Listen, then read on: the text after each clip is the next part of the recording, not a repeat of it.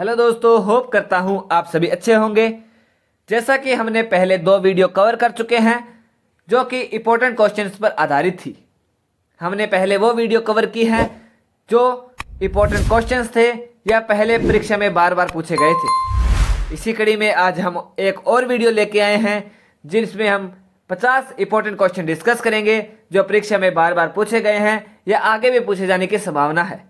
तो वीडियो पर बने रहें। अगर आप चैनल पर पहली बार आए हैं तो चैनल को जरूर सब्सक्राइब करें, बेल आइकन को प्रेस करें ताकि आने वाली वीडियो का नोटिफिकेशन सबसे पहले आप तक पहुंच सके।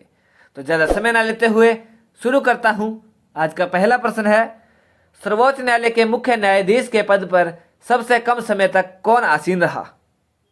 तो सही जवाब कमल नारायण सिंह।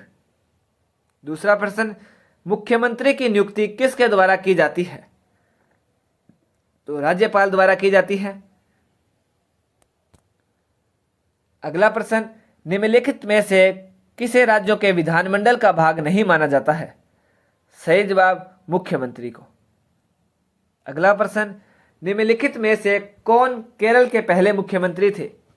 तो सही जवाब EMS नबरुदीपाद। अगला प्रश्न, किसी भारतीय राज्य की प्रथम महिला मुख्यमंत्री कौन बनी थी?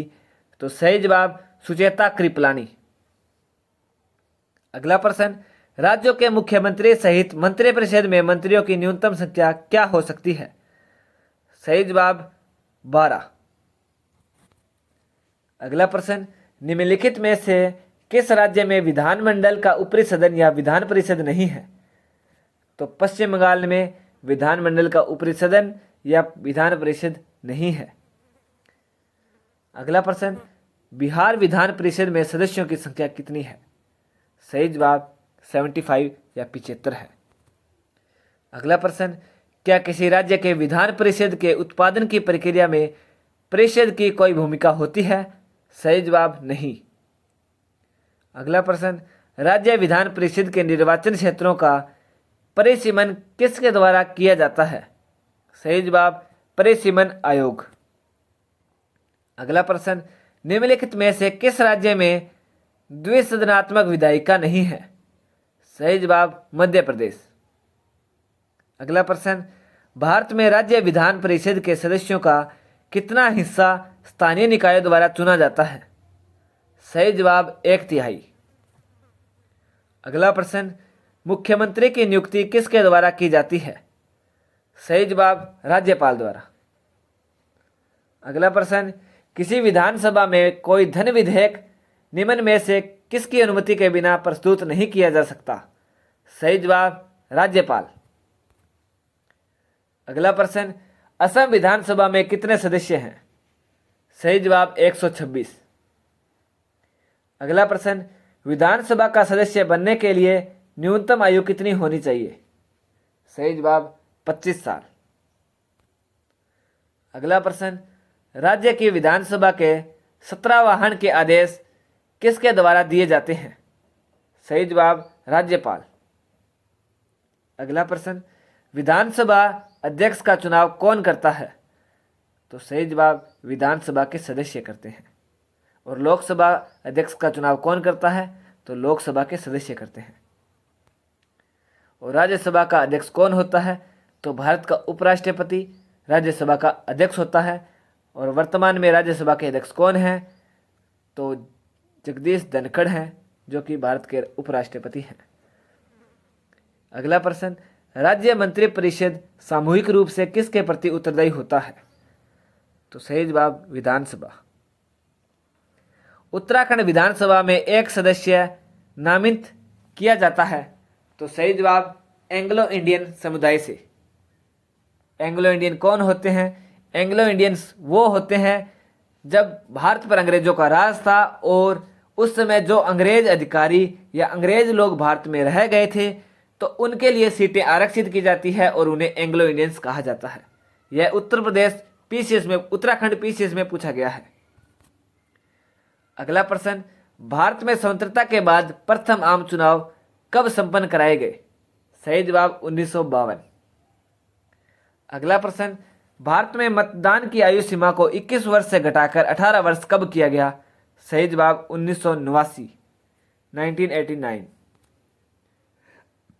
अगला प्रश्न, भारत में निर्वाचन सूची तैयार करने की जिम्मेदारी किसकी है?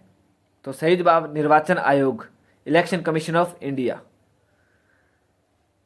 अगला प्रश्न, भारत के मुख्य चुनाव आयुक्त की नियुक्ति कौन करता है?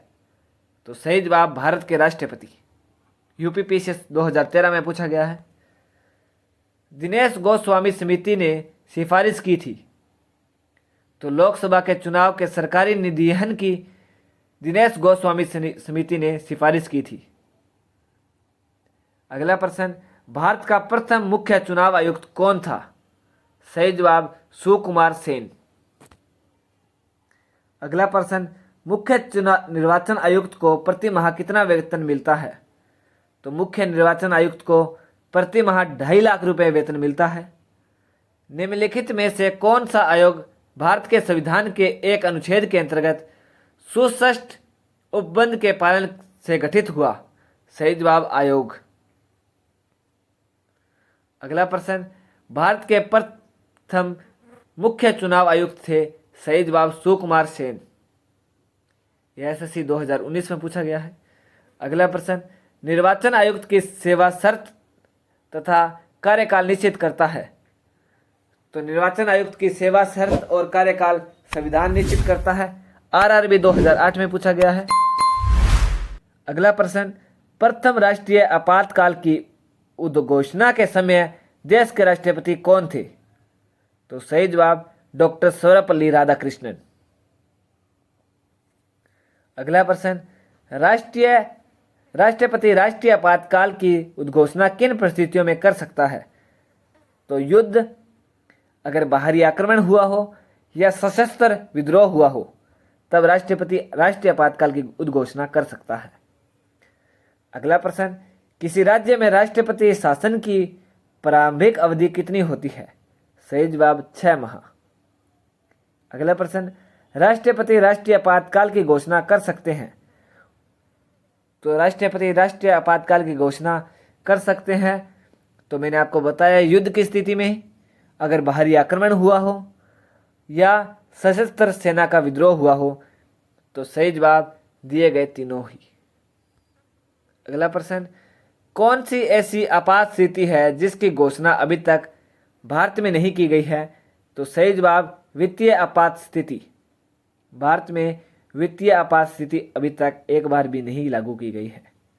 अगला प्रश्न, किसी राज्य में राष्ट्रपति शासन किसी परिस्थिति में अधिकतम कितनी अवधि तक लागू की जा सकती है?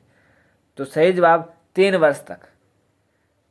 यह प्रारंभिक 6 महीनों के लिए लगाया जाता है, परंतु 6 महीने के अंतराल करते करते 3 वर्ष तक अधिकतम लागू किया जा सकता है। अगला प्रश्न, निम्नलिखित में से किस अनुच्छेद का समर्थन डॉक्टर बी.आर. अम्बेडकर द्वारा इस तरह पर किया गया कि इसका प्रयोग अंतिम उपाय के रूप में किया जाएगा? तो अनुच्छेद 356। अगला प्रश्न, वित्तीय आपात स्थिति के दौरान राज्य विधानमंडलों द्वारा पारित सभी वित्त विधेयकों को निम्नलिखित में से किसके विचारार्थ आरक्षित रखा जाता है? सही जवाब राष्ट्रपति के। अगला प्रश्न, संविधान के किस अनुच्छेद के तहत राज्यों में संवैधानिक तंत्र के विफल होने पर राष्ट्रपति शासन लागू किया जाता है? सही जवाब अनुच्छेद 356। राष्ट्रपति आपातकाल भारत में 3 अनुच्छेद के अंतर्गत लगता है। अनुच्छेद 352, अनुच्छेद 356, अनुच्छेद 360। अगला प्रश्न, भारतीय संघ की आधिकारिक भाषा के रूप में संविधान द्वारा किसे मान्यता प्राप्त है? तो सही जवाब हिंदी भाषा को। अगला प्रश्न, भारतीय राज्य नागालैंड की आधिकारिक भाषा क्या है? सही जवाब अंग्रेजी। निम्नलिखित में से कौन सी भाषा संविधान की 8वीं अनुसूची में नहीं है? सही जवाब भोजपुरी। भारत के किस राज्य केंद्र शासित प्रदेश में उर्दू को प्रथम राजभाषा का दर्जा प्रदान किया गया है? सही जवाब जम्मू कश्मीर, जिसको अभी 2 केंद्र शासित प्रदेश में बांटा जा चुका है, जम्मू कश्मीर और लद्दाख। अगला प्रश्न, भारतीय संविधान की कौन सी विशेष व्यवस्था दक्षिण अफ्रीका के संविधान से ली गई है? सही जवाब संविधान संशोधन। अगला प्रश्न, प्रथम संवैधानिक संशोधन अधिनियम किससे संबंधित था? तो कुछ राज्यों के कृषि भूमि सुधार से संबंधित था। और प्रथम संवैधानिक संशोधन संविधान लागू होने के 1 वर्ष के अंदर ही संवैधानिक संशोधन कर दिया गया था। अगला प्रश्न, संविधान के किस संशोधन को भारत का मिनी संविधान कहा जाता है और इसे 1976 में राष्ट्रीय आपातकाल के दौरान लागू किया गया था? सही जवाब 42वां संविधान संशोधन। अगला प्रश्न, भारतीय संविधान के किस संशोधन द्वारा नागरिकों के मौलिक कर्तव्यों को सम्मिलित किया गया? सही जवाब 42वें संविधान संशोधन द्वारा। अगला प्रश्न, भारतीय संविधान की प्रस्तावना में धर्मनिरपेक्ष, समाजवादी तथा राष्ट्र की एकता और अखंडता वाक्यांश किस संविधान संशोधन द्वारा समाविष्ट किया गया? सही जवाब 42वें। भारत के जो संविधान है उसके प्रस्तावना में अभी तक एक बार ही अमेंडमेंट हुआ है और वो अमेंडमेंट 42 संविधान संशोधन में किया गया था, जिसके अंदर धर्मनिरपेक्ष, समाजवादी और राष्ट्र की एकता एवं अखंडता वाक्यांश जोड़े गए थे। अगला प्रश्न, 42वें संविधान संशोधन द्वारा जोड़ा गया नया अनुच्छेद संबंधित है तो मूल कर्तव्यों से। आज का अंतिम प्रश्न, भारत के संविधान के 44वें संशोधन द्वारा निम्नलिखित अधिकार को मौलिक अधिकार की श्रेणी से हटा दिया गया? सही जवाब संपत्ति के अधिकार को। बच्चों, आज तक हम 3 वीडियो पॉलिटी की कवर कर चुके हैं, जिनमें हमने इंपॉर्टेंट क्वेश्चन डिस्कस किए हैं जो कि परीक्षा में पूछे गए हैं, और ऐसे ही हम आगे और वीडियो लेके आएंगे जिनमें हम पॉलिटी के इंपॉर्टेंट क्वेश्चन डिस्कस करेंगे जो परीक्षा में पहले पूछे जा चुके हैं। इस चैनल के माध्यम से आपको पॉलिटी, हिस्ट्री, ज्योग्राफी से संबंधित सारी महत्वपूर्ण क्वेश्चन कवर करवाए जाएंगे, तो वीडियो को अंत तक जरूर देखें और वीडियो को लाइक करें, चैनल को सब्सक्राइब करें, बेल आइकन को प्रेस करें ताकि आने वाली वीडियो का नोटिफिकेशन सबसे पहले आप तक पहुंच सके। जय हिंद, मिलते हैं नेक्स्ट वीडियो में। वंदे मातरम।